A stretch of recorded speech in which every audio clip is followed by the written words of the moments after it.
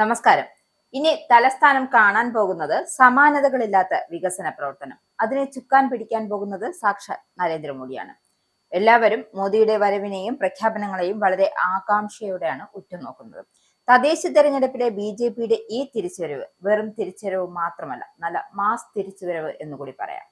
കേരളത്തിൽ അക്കൗണ്ട് തുറക്കുക എന്നത് BJPയുടെ ഉറച്ച നിലപാടും ലക്ഷ്യവുമായിരുന്നു.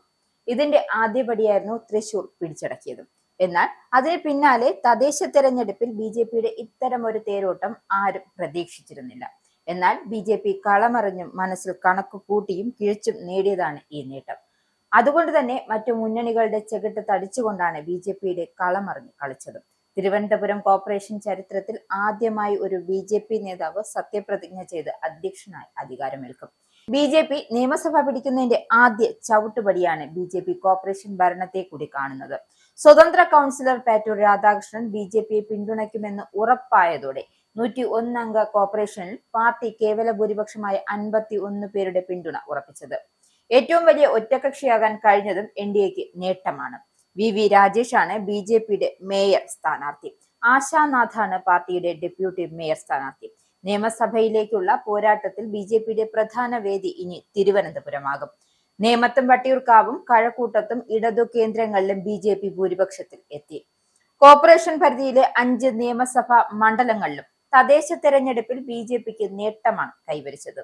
കോർപ്പറേഷനിൽ 3ഉം 4ഉം അംഗങ്ങൾ കിട്ടിയിരുന്ന അവസ്ഥയിൽ നിന്നാണ് ഇപ്പോൾ 50 അംഗങ്ങൾ എന്ന നിലയിൽ BJP എത്തിയത്. 45 വർഷക്കാലം ശക്തമായ ഇടതുകോട്ടയായി നിലകൊണ്ടതാണ് തിരുവനന്തപുരം. കഴിഞ്ഞ തവണ LDF ഭരിച്ചത് കേവല ഭൂരിപക്ഷം ഇല്ലാതെയായിരുന്നു. UDF 3ാം സ്ഥാനത്തേക്ക് പിന്തള്ളപ്പെട്ടപ്പോൾ പല വാർഡുകളിലും CPM വിജയിച്ചത് 150-ൽ താഴെ വോട്ടിനായിരുന്നു. കപ്പിനും ചുണ്ടിനും ഇടയിൽ ഭരണം നഷ്ടപ്പെട്ടതോടെ അടുത്ത തവണ അധ്യക്ഷ സ്ഥാനത്ത് ഒരു BJPക്കാരൻ എത്തുമെന്ന് നേതൃത്വം ഉറപ്പിച്ചിരുന്നു. പിന്നീട് താഴെത്തട്ടിലുള്ള പ്രവർത്തനങ്ങൾ BJP കൂടുതൽ സജീവമാക്കി. BJP അധ്യക്ഷനായി രാജീവ് ചന്ദ്രശേഖർ എത്തിയ ശേഷം കൊണ്ടുവന്ന പ്രൊഫഷണലിസം ഏറ്റവും ഗുണം ചെയ്തത് തിരുവനന്തപുരത്താണ്. ഈ മുന്നേറ്റം BJPക്ക് ഇരട്ടിയായി മുന്നോട്ട് കൊണ്ടുപോകാൻ പോകുന്നതിലെ നിയമസഭയിൽ BJPക്ക് നേട്ടമുണ്ടാകും. ഇതിനായി 2030ഓടെ തിരുവനന്തപുരത്തെ രാജ്യത്തെ ഏറ്റവും മികച്ച 3 നഗരസഭകളിൽ ഒന്നാക്കി മാറ്റുമെന്നും BJPയുടെ പ്രഖ്യാപനമെത്തി. അധികാരമേറ്റ് 45 ദിവസത്തിനകം നഗരത്തിന്റെ സമഗ്ര വികസന രൂപരേഖ പ്രധാനമന്ത്രി നരേന്ദ്രമോദി നേരിട്ടെത്തി പ്രഖ്യാപിക്കുമെന്നും BJP നേതാക്കൾ വ്യക്തമാക്കി. കോർപ്പറേഷന്റെ ഭരണ നിർവഹണം ഓൺലൈൻ CSC സംവിധാനങ്ങളിലൂടെ നിങ്ങളുടെ വീട്ടുപടിക്കൽ എത്തിക്കുമെന്നും NDA ഉറപ്പു നൽകുന്നു. മോദി സർക്കാരിന്റെ ജനക്ഷേമ പദ്ധതികളും ആനുകൂല്യങ്ങളും പേരുമാറ്റാതെ അട്ടിമറിക്കപ്പെടാതെ 100% അർഹരായവരുടെ കൈകളിൽ എത്തിക്കുമെന്നാണ് NDAയുടെ ഉറപ്പ്.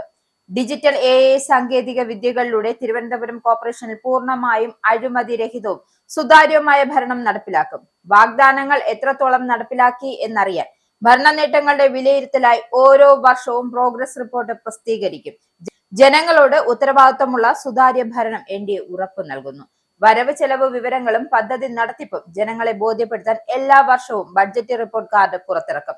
എല്ലാ വാർഡിലും മികച്ച സൗകര്യങ്ങളുള്ള കുടുംബാരോഗ്യ കേന്ദ്രങ്ങൾ, 24 മണിക്കൂറും ഡോക്ടറുടെ സേവനം, വാർഡ് തോറും കോമൺ സർവീസ് കേന്ദ്രങ്ങൾ എന്നിവയും NDA ഉറപ്പു നൽകുന്നുണ്ട്.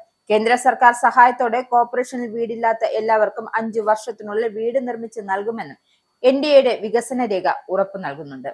എന്തായാലും തിരുവനന്തപുരത്ത് BJPയുടെ ഭരണം കാത്തിരുന്ന് തന്നെ ജനങ്ങൾ ആകാംക്ഷയോടെ നോക്കുന്നുണ്ട്.